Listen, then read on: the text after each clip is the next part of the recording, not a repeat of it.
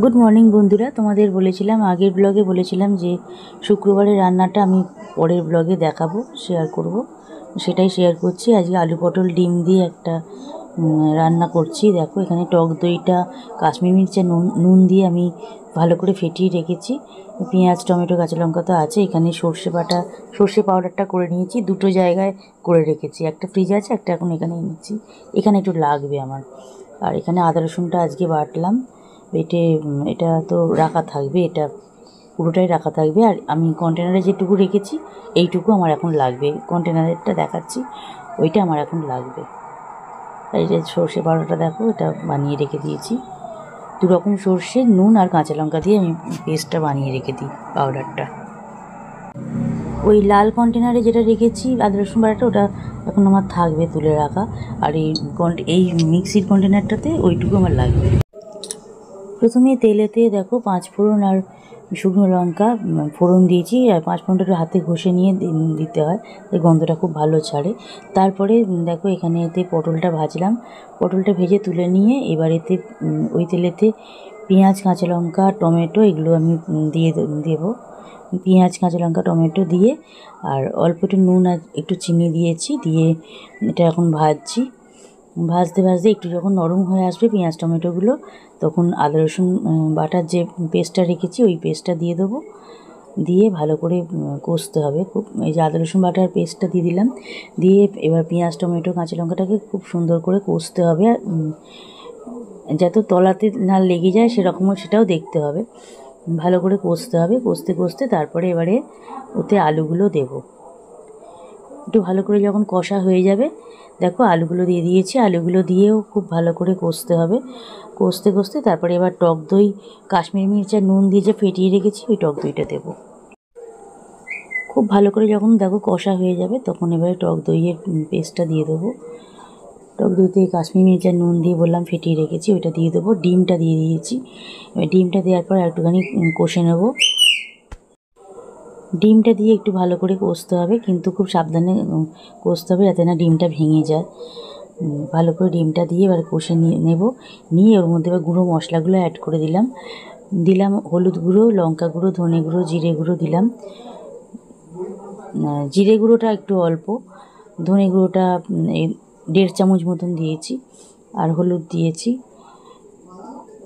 সামান্য একটু গুঁড়ো লঙ্কা দিয়েছি। দিয়ে এবার টক দইয়ের ওই পেস্ট যেটা করে রেখেছিলাম ওইটা দিয়ে দিলাম। দিয়ে এবার আবার ভালো করে কষতে হবে। এবার ডিমগুলোকে একটু সাবধানে কষতে হবে যাতে না ডিমটা ভেঙে যায়। ভালো করে একটু কষে নিতে হবে। কষতে কষতে দেখবে যখন তেল ছেড়ে আসছে, তখন এবার পরিমাণ মতন জলটা দিতে হবে। দিয়ে নুন চিনি দিয়ে দিলাম, নুন আর সামান্য চিনি দিলাম, চিনিটা টেস্টের জন্য একটু দিলাম।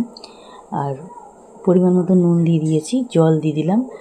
আর জল দেবো না, এই জলটাতেই হবে। বেশি জল দিলে এটা খেতে ভালো লাগবে না। আমার যতটা প্রয়োজন দিলাম, দুবেলার মতন তো হলো এটা রান্নাটা। রাত্রিবেলা আমি আর আমার শাশুড়ি মা ভাত দিয়ে খেয়েছি, আমার হাজব্যান্ড রুটি দিয়ে খেয়েছে। তিনজনেরই খুবই ভালো লেগেছে।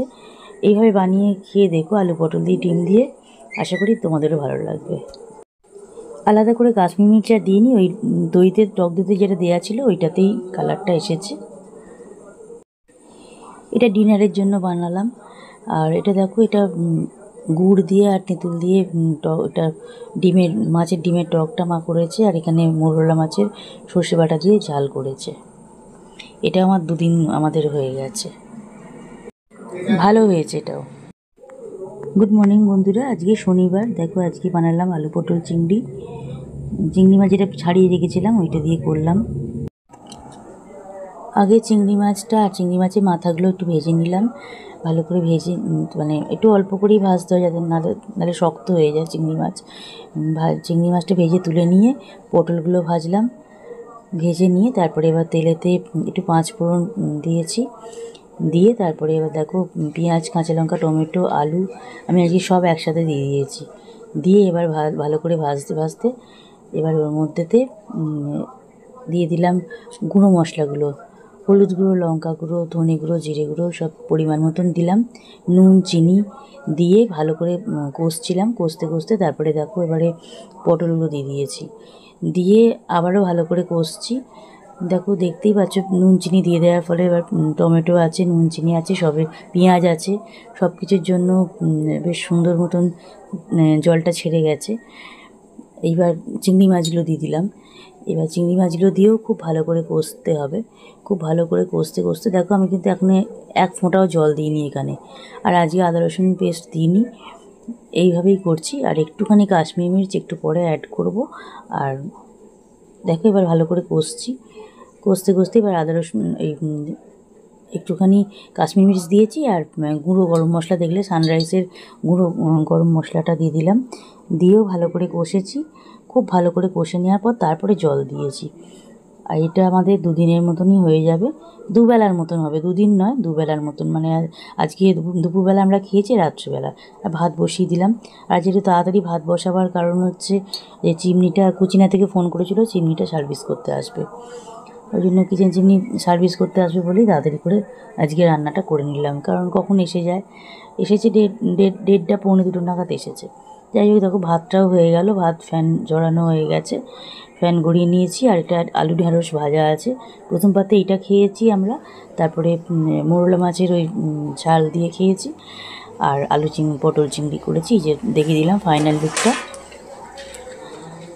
আলু পটল চিংড়ি, যে এইটা এইরকম দেখতে হয়েছে, দেখতে খুবই তো ভালো লাগছে, খেতেও ভালো হয়েছে। এটা রাত্রিবেলা আমি আমার শাশুড়ি মা ভাত দিয়ে খাবো। দিনের বেলা তো খেয়েছি সবাই ভাত দিয়ে, রাত্রিবেলা আমি আমার শাশুড়ি মা ভাত দিয়ে খাবো, আর আমার বর রুটি দিয়ে খাবে। তরকারিটার ফাইনাল লুক তো দেখিয়ে দিয়েছি। আর এখন বাজছে 1:30, এখন বানালাম চা, দুধ চা করলাম। শাশুড়ি মায়ের চান হয়ে গেছে, চলে এসেছে, ঘরে বসে আছে। চাটা ওনাকে মানে মাকে দিয়ে আর আমাদেরটা ঘরে নিয়ে আসবো। আমাদের চাটা এবার ঘরে নিয়ে যাই। আর তরকারিটা কেমন লাগলো কমেন্ট করে জানিও। শুক্রবারে যে তরকারিটা দেখালাম সেইটা, আর আজকে শনিবারের তরকারিটা যেটা দেখালাম, দুটোই কমেন্ট করে একটু জানিও কেমন লাগলো। লাইক, এই যে আমাদের চা নিয়ে চলে এসেছি ঘরেতে। গুড ইভিনিং বন্ধুরা, দুধ চা হয়ে গেল। দেখো আমি মাকে আমার হাজব্যান্ডকে এখন দিতাম, ও একটু মন্দিরেতে গেছে, এবার বৃষ্টিও এসে গেছে, ওখানে এখন আটকে গেছে। যদিও বাড়ির একদমই কাছে মন্দির তোমরা জানো, তাও এখনও আসতে পারবে না, থাক ও আসুক, আসলে খাবে। আর এটা আমাদের চা নিলাম, এটা আমার চাটা আমি ঘরে নিয়ে আসলাম, মাকে ও ঘরে দিয়ে দিয়েছি। এটা আমার চা নিয়ে ঘরে চলে এসেছি। ডাইজেস্টিভ বিস্কুট আর মেরি দিয়ে এখন চাটা খাবো। ভিডিওটা এখানে এন্ড করলাম। ভিডিও দেখে লাইক কমেন্ট শেয়ার করো, আর চ্যানেলটা সাবস্ক্রাইব করে দিও, নোটিফিকেশান বেলটা অন করে দিও, দিয়ে পাশে থেকো সবাই ভালো থেকো। শর্টসগুলো দিচ্ছি, শর্টসগুলো দেখো। Good night.